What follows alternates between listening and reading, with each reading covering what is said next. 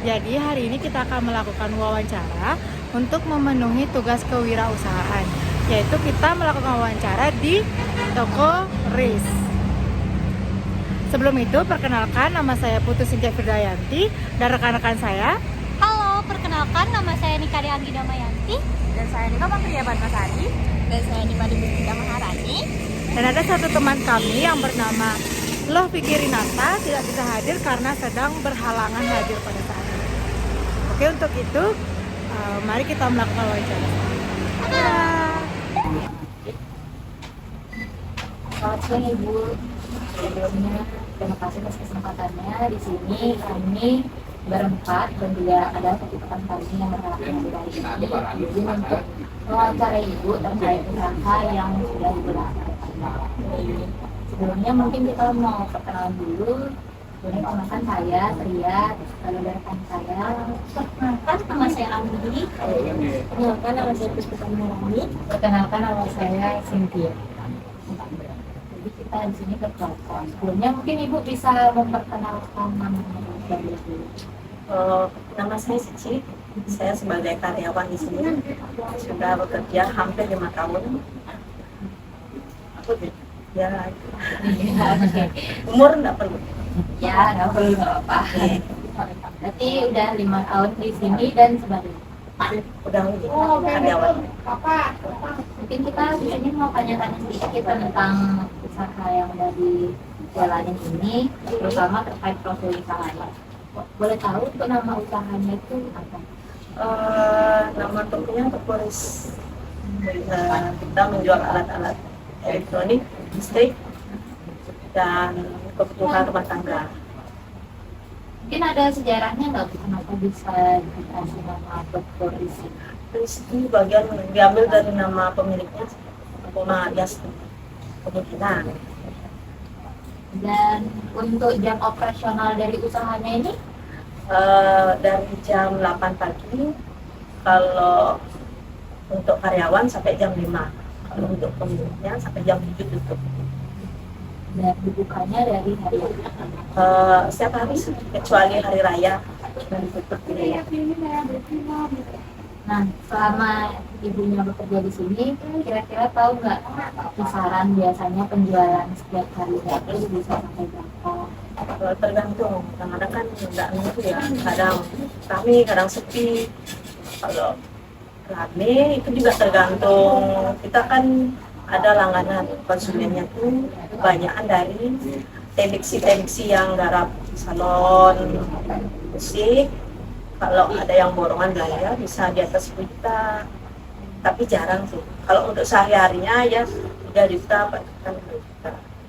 Berarti untuk konsumen yang sekiranya datang setiap harinya itu lebih banyak konsumen yang untuk menstok lagi untuk dijual atau untuk keperluan Ada yang untuk dijual, ada yang untuk pribadi.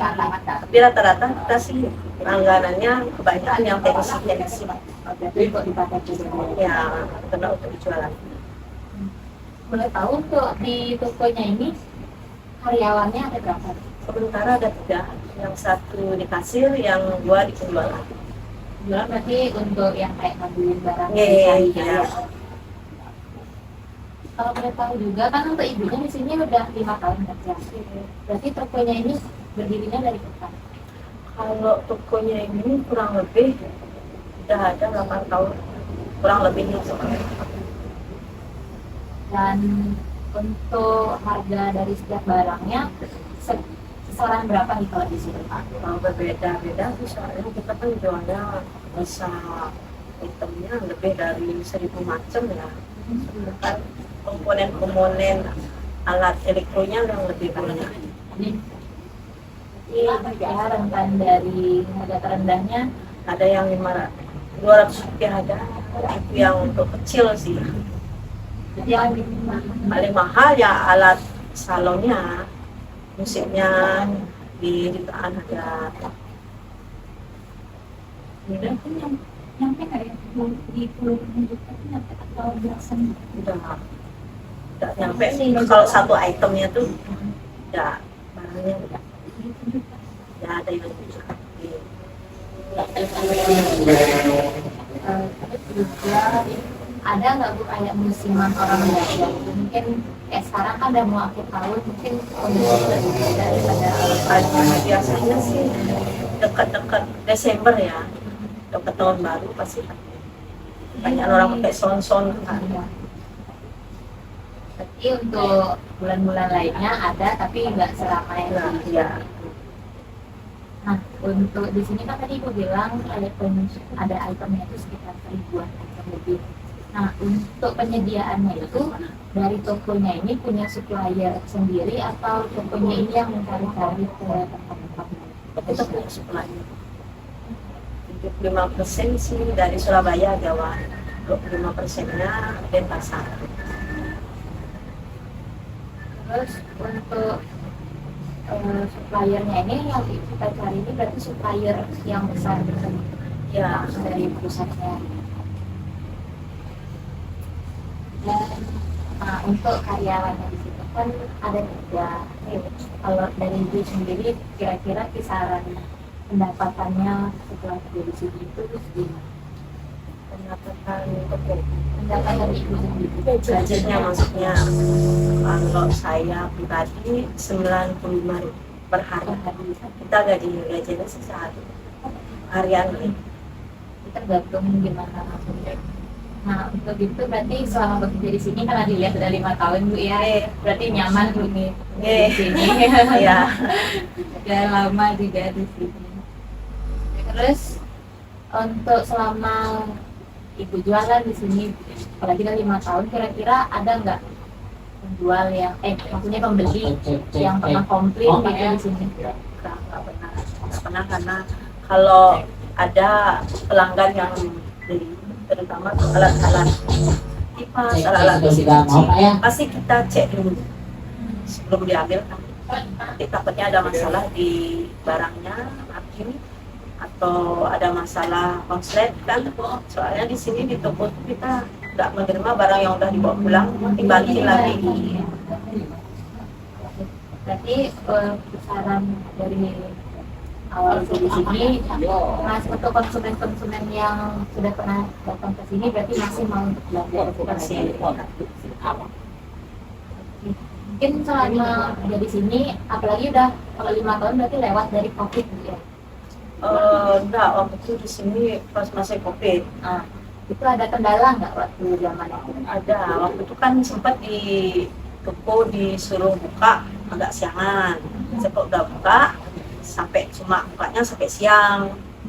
Makanya kita kadang-kadang di depan tutup sih, tapi di dalam kita menutup. Terus kan sekarang ada banyak nih, istilahnya udah era modern lah. Ada yang namanya sosial media, bisa jual di Facebook mungkin, terus juga di Shopee atau lain-lain. Nah untuk toko ini sendiri, udah mengembangkan ke arah situ atau masih secara manual? Belum. Masih berarti ruang lingkupnya masih di daerah Singaraja. Oke, ya di sini sendiri. Terus karena adanya itu seperti yang saya bilang tadi, platform media sosial untuk jualan itu kira-kira berdampak nggak sama? Mungkin apalagi sekarang lagi marak banget, apakah konsumennya di sini berkurang atau gimana? Tetap berarti belum merasakan dampak yang signifikan. Karena kita kan memang dominannya kan langganannya itu teknisi aja ya kan. Jadi setiap hari tetap kami selalu belanja. Mungkin dari banyaknya barang tadi, ada nggak barang yang paling banyak dicari? Banyak kayak keperluan rumah tangga biasanya kan. Kayak lampu, kayak gerimis, alat-alat kompor dipasangin. Kebutuhan rumah tangga sih katakan sama keperluan bangunan rumah orang bangun ya alat-alat sih.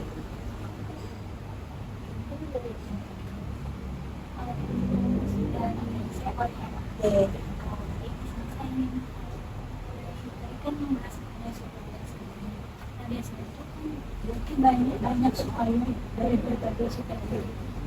Nah, rata-rata kadang-kadang ada yang dari suppliernya yang kesini untuk menawarkan barang, nanti tinggal kita pilih-pilih berapa minggunya baru dikirim. Kalau misalnya pas suppliernya datang langsung Dibayar dibayar. dikasih. Kalau bayar biasanya kita lewat transfer. Oh, berarti nggak nunggu Nggak stok pernah. habis baru dibayar ke Kan ada jangka waktunya dia. Kalau barang gini kan berarti nggak ada expirednya Bu, Nggak. ya. Nah, itu untuk perawatannya gimana?